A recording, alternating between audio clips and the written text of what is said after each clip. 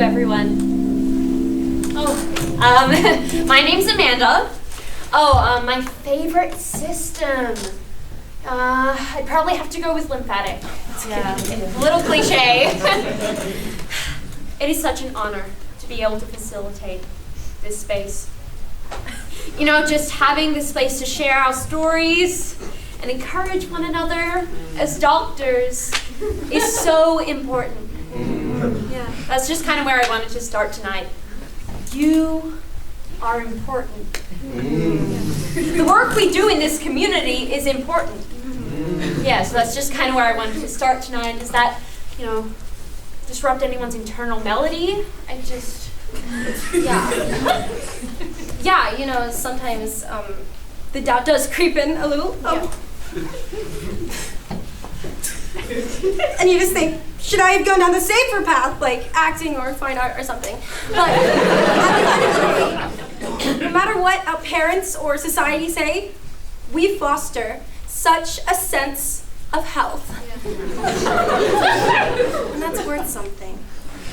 Yeah, I agree with Maddie, Every party, every family gathering, but what's your real job? Backup plan. Practical and realistic. Way to contribute to the foundation of modern society and make the world a better place. Yeah, it stinks.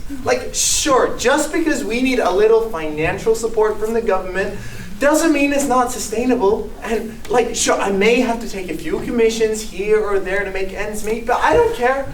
Healthcare has been my passion since I was a kid. And hey, you know what I tell my folks when they give me a hard time? At least I'm not a lawyer. That is so true, Sven. Though I'm sure you all agree, nothing compares to the feeling of being in the theater. Scalpel in hand, head to toe in PPE. It's exhilarating. Yeah, I just come alive in the theater. But you really put yourself out there. For real. One little mistake and it feels like it's all over. I forgot a stitch last week. Oh, that's so embarrassing. Yeah, I unplugged the long life support. Happens to the best of us. We all have those days. Yeah, it's just part of the magic of live theater. You never know what will happen. Improvise, adapt, overcome. Well, as doctors, we hold ourselves to such high standards, but why do we feel like we have to get it right all the time? So what if that delivery wasn't great? In the grand scheme of things, does a baby mistake really matter? Yeah, I don't know why I always feel like I gotta justify my decisions. I reckon it's because the field is so competitive. There's only so many patients to go around. As filling beds can be tough these days, since everyone wants to do their medicine at home and it's become so accessible. I've actually considered being a chemist, because of the whole treat them once, get all the credit thanks to mass distribution thing.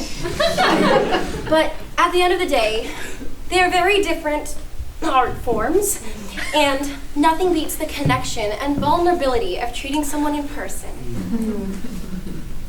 But it feels like our patrons are aging out. No one wants to go to the hospital anymore. Perhaps we need a new marketing campaign to attract the younger generation. I bet lowering costs would help too. If we could just get them in, I'm sure they'd see how transformational the experience can be. Speaking of,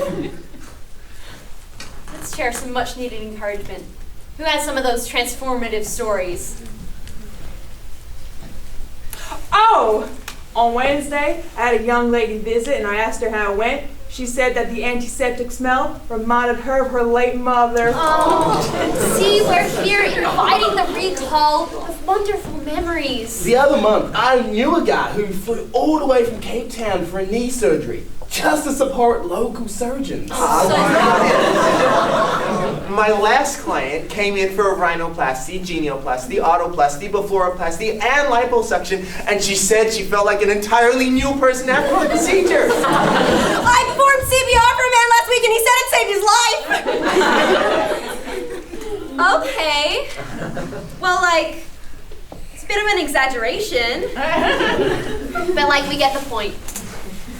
We are out there making a real difference in the world. Healthcare is a noble profession, not a hobby. Hey, it's not easy.